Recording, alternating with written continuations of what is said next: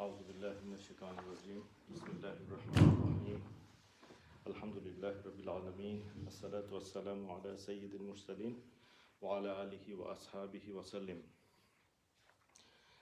As our beloved Prophet sallallahu alaihi wasallam said that the Ramadan is like a very sweet rain after the scorching summer days.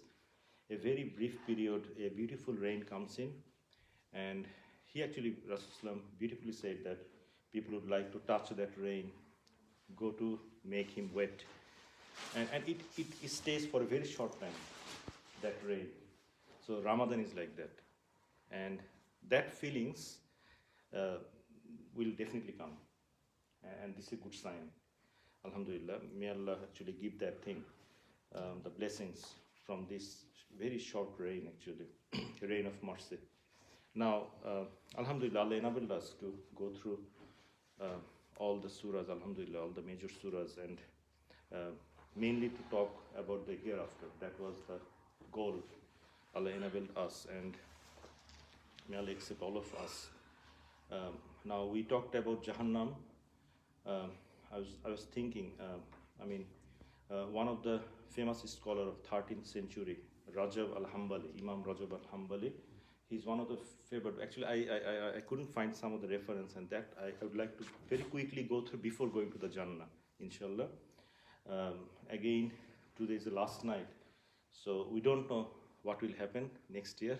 We don't know, and the scholars say that the reward of fasting is nothing but Jannah, and the interpretation is that Allah will never do in that way that He give Jannah again then withheld it. No. So if the reward is there, it will be there. So that's the beauty. So He cannot reduce it actually. He will not, inshallah. Now this and this is actually blessings. Even the Hajj is stopped. We can't go for Umrah or Hajj, and that's the basically only option to get the full forgiveness, and it's actually living. Inshallah, we'll do Isha tomorrow as well, and tomorrow actually I request you at least 2 to 3 minutes talk from everyone, your feedback to how can we improve that thing in future, inshallah. But my one plan is that inshallah next year also we'll do the same thing, but probably the talk will be in different style, inshallah, different part, depending on everything is learning, the experience is coming in, so that will help, inshallah. Now, from that book, he wrote a famous book, Rajab al-Hambali, Fleeing from Fire. It's actually 400 pages. It's a very thick book, and he compiled most of the hadith, amazing. And I would like to talk some of the hadith that I didn't mention, just to get the picture and to grow the fear. Don't be offended, actually. These are actually hadiths and Quran, but we need to know the reality, and the Jannah discussion will be there, inshallah. Al-Bayhaqi narrated from Al-Bayhaqi, that hadith came that in hell there is a river of hot water. So whoever has vain desire, like what my heart do, ask me to do, I do it, they will be thrown there actually. Now, Qatada mentioned that there is a valley in hell, which is called Atham, which has a snake and scorpions. So one snake has equivalent to 70 jug of poison, and the size of the scorpions are a mule, and it is assigned for every Jahannami. And Atab ibn Yasir related that Rasulullah said that verily there are, this is scary, 70,000 valley in hell, and in every valley there are 70,000 ravine. In every ravine there are 70,000 stone, and in every stone there is a snake that will eat the face of the hell dwellers. Now, in another narration, it says that the snakes are actually kind of a jumping creature. They will jump actually and take hold of the hair and lips of the Jahannamis. So it's a very, and slithering all over the body and then down to his feet. So it's really kind of dangerous thing. And now this is another scary picture, is that when inhabitants of hellfire call for relief from hunger, they will be given zakkum, the fruit of zakkum. When they eat from it, their skin of their faces fall down. But still, they will be seriously thirsty after eating that fruit. Then they will call for relief from thirst, and they will be given scalding, very extreme hot water. But if they bring the water close to their faces, it will automatically, all the flesh of his face will melt. But still, they can't stop drinking that. And when they do it, the limb will fall apart, and they will cry out for immediate destruction. So just, the vivid picture. Now, what are the nature of our predecessor? I just one example of a tabein actually. He's not a tabein actually. He was a king, ruler of time Umayyad dynasty. His name is Abdul Malik ibn Marwan. So I'm just given an indication. Sometimes we want to blame people, but what about us? And what did they do? I didn't put any example of the tabe'i, just a ruler. Now Abdul Malik ibn Marwan, one day he was drinking cold water, and suddenly he started weeping. People asked, "Why do you weep, O Amirul Mu'minin?"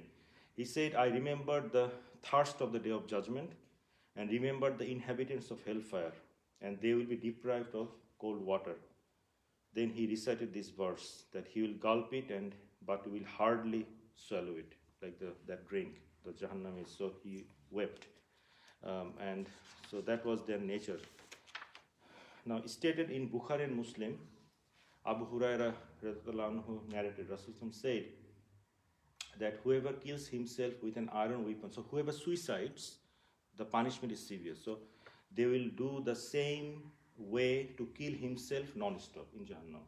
So if someone killed by weapon, he will be killing himself with weapon in Jahannam. If someone drink poison, he will be killing himself by drinking poison non-stop, continuously. The same way it will go on. Narrated from Bukhari and Muslim. Now, one of the characteristics of the hell dwellers, this is kind of interesting, but scary.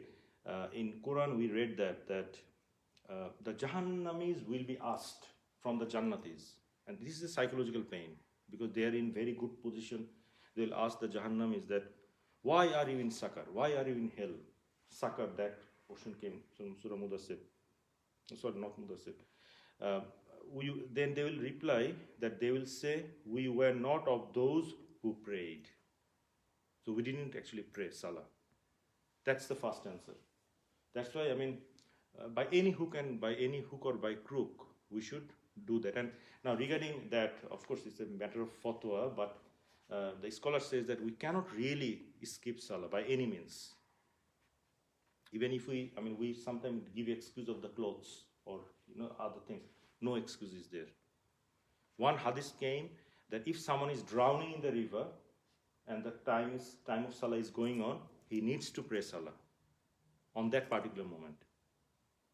Even we know that famous story from Maslama. Rasulullah asked him to kill a particular tribe leader, that you have to kill before Asr.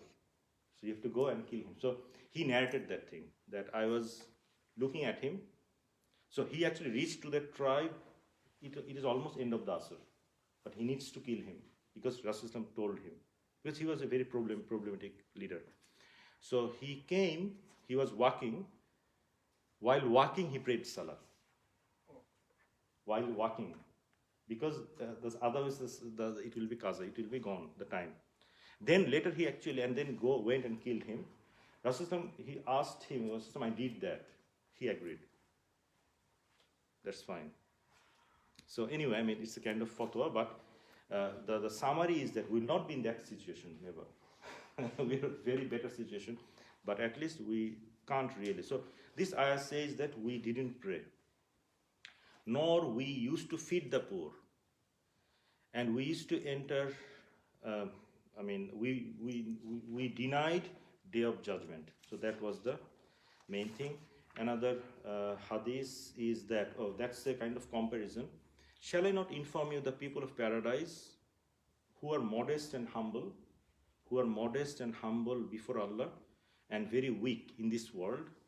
They should be actually in the top position of Jannah. And every violent and proud person will be the inmates of hell. So may Allah to save us from that particular situation. Now, okay.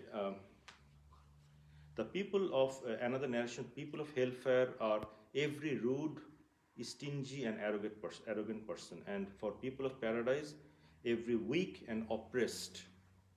So being oppressed, Mufti Ziyad actually told one day very beautifully that if someone is oppressed, he will get the results immediately after the death.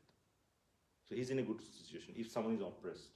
So he'll get the reward immediately. So may Allah help us not to oppress anyone. Actually, that's a severe thing. Abdullah bin Amr narrated that the people of hellfire are very harsh, arrogant, and stingy person, and the people of paradise are weak and oppressed. Now, in terms of one particular inhabitant, I found that particular narration is that some inhabitants will be thrown in a very narrow place where they're unable to move. This particular hadith came.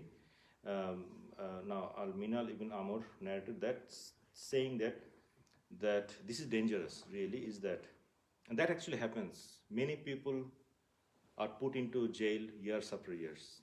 They're forgotten completely, right? And that will happen in Jahannam as well. So the thing is that I've been told that Rasulullah said there is a place called Zub al-Huzn. The arrogant will be placed in a iron casket made of fire and placed into the well.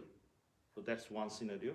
And another hadith says, when Allah wills to forget some of the inhabitants of hell, probably they did a lot of oppression in this world. So Allah will forget them, want to forget them. So what He will do? This is a severe punishment actually. The angels will make a box for each man corresponding to the size, so that they will be put, and the nail of that box is fire, and they will be locked. The box will be placed into another box, and fire will be ignited, and that will be thrown to the depth of the hell. Everyone will forget that box. So what will happen, that the people inside the box will realize that he is alone and he is getting the punishment. So this is more trauma actually. He is getting the punishment alone, and everyone will forget them, including angels.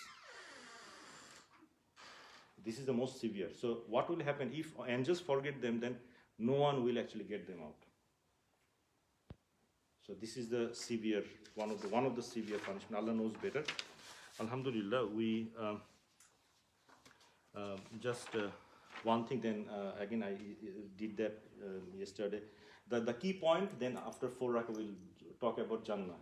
So just is that from Ibn Mazah it came. What are the component of Jannah that we'll be talking, inshallah, to get the motivation? Sparkling light, aromatic plants, lofty place, flowing river, ripe fruit, beautiful wife, abundant clothing, eternal abode of radiant joy, beautiful palaces. The bricks are gold and silver, mortar is musk, pebbles are pearl and sapphire, soil is saffron. He will live forever, his clothes never wear out, his youth will never die. So he'll be 33 years all the time. So inshallah we'll be continuing the description of Jannah. May Allah accept all of you.